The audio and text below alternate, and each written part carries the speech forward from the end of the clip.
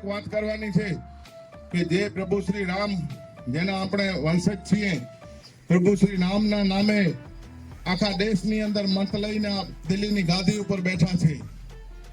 આપણે એ લોકોને એક જ વાત કરવાની છે કે આજ પછી મહેરબાની કરી અને તમે ક્યાં અમારા પ્રભુ શ્રી રામ ભગવાનનો ક્યાં પણ ફોટો કે એમના નામનો ઉપયોગ ન કરજો. મહેરબાની તમારી, કારણ કે તમે જે પ્રભુ શ્રી નામનો જે નામ લઈને આગળ આવ્યા છો, અમે એ જ સમાજમાંથી છીએ ને તમારા જે રૂપાલાએ વાણી વિલાસ કર્યો છે ને તે એ જ સમાજની બેન દીકરીઓ માટે કરી છે. તમને શરમ આવી જોઈએ.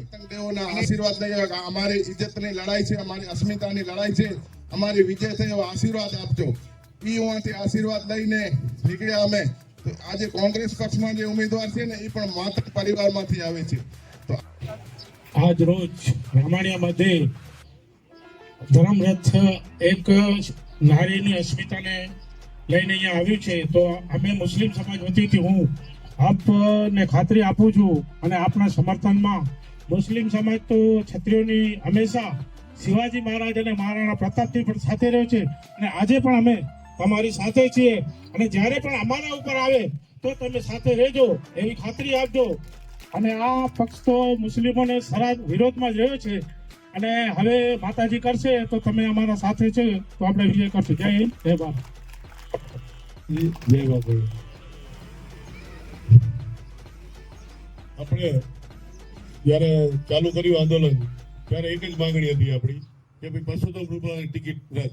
અને આપણે કેટલી ખાનદાની વાપરી તો એ ઠેઠ સુધી છેલ્લે 16 તારીખે ફોર્મ ભર્યું ત્યાં સુધી ભાજપ જ કર્યું. પણ ભાજપે આપણને આપણી વેલ્યુ બતાવી કે તમારી વેલ્યુ આટલી જ છે અમારી જોડે અને ₹500 મોટો કર્યો. તો આપણી ફરજ થાય છે કે એને એની વેલ્યુ બતાવી. કોઈ ક્ષત્રિય સમાજ ન હોય તો ભાજપની તમારી કોઈ વેલ્યુ નથી. તમે ગામમાં નથી જઈ શકતા. એ તો ક્ષત્રિય સમાજ હતો ત્યારે તમે પ્રચાર કરી શકતા હતા. એટલે એ કહેવાનું છે. એટલે આપણે કરી બતાવવાનું છે અને બુથે મહેનત કરવાની છે. અત્યારે તો સભા ભરી પણ બુથે અને એક આપણા સમાજના વ્યક્તિ 5 સમાજના કોઈ બી વ્યક્તિને સમર્થન લે અને મત માટે લઈ જાય. અને મુસ્લિમ સમાજ, દલિત સમાજ, બધા સમાજને હું કહેવા માંગુ છું, એક તો તમારો બધાનો ખૂબ આભાર માનું છું. અને આ ચૂંટણી પૂરતી આપણો સાથ સહકાર નથી, પણ આજીવન અમે તમને સાથ આપશું અને આજીવન આવી રીતે લડતા રહેશું એ ખાતરી આપી છે. જય માતાજી, જય મા ગણેશ. 1 મહિના પહેલા રૂપાલાભાઈ બોલ્યા કે રાજપૂતોએ બહેનો દીકરીઓ આપી અંગ્રેજોને, ફલાણાને, ઢીંગડાને. એ પ્રકરણ હાલ્યું 15-20 દિવસ, પણ તોય પણ રૂપાલાભાઈને ટિકિટ રદ ન કરી. એટલે હવે આપણે એમ જ માનવાનું રહ્યું કે આ રૂપાલાભાઈનું નિવેદન નથી, પરંતુ આખી ભાજપ પાર્ટીનું નિવેદન છે. ભારતના હજારો વર્ષનો ઇતિહાસ તમે કે ભારતની સંસ્કૃતિ, ભારતનો ધર્મ બચાવવા માટે હજારોની લાખોની સંખ્યામાં રાજપૂતો મર્યા છે અને રાજપૂતો પણ હજારોની સંખ્યામાં જોહર કર્યા છે. જ્યારે રાજપૂતાણીઓને ખબર પડતી કે હવે મારા પતિદેવ પાછા નહીં આવે લડાઈમાંથી, ત્યારે અગ્નિકુંડમાં અગ્નિ પ્રગટાવી અને પોતાની જાન દઈ દીધી.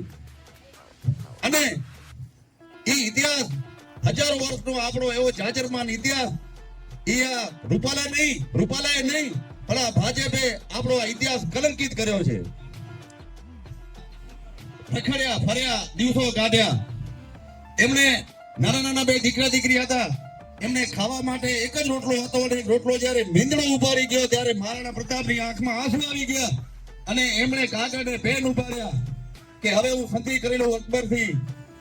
ત્યારે એમના ધર્મપત્નીએ શું કીધું કે આ સંધિના દિવસો જોવા માટે મેં આ વર્ષો તમારા સાથે નથી કાઢ્યા.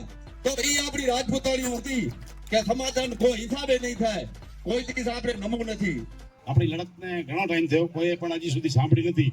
એટલે મજબૂરીથી અને આપણે જ્યારે સમય કોઈ ગણતું ન હોય આપણે કે આપણે સમાજ છે, ક્ષત્રિય સમાજ છે, કોઈ ન ગણતું હોય તો આપણે બીજા તરફ હાથ લાંબો બીજા સમાજ તરફ અને બીજા પ્રજા તરફ જવું જ પડે.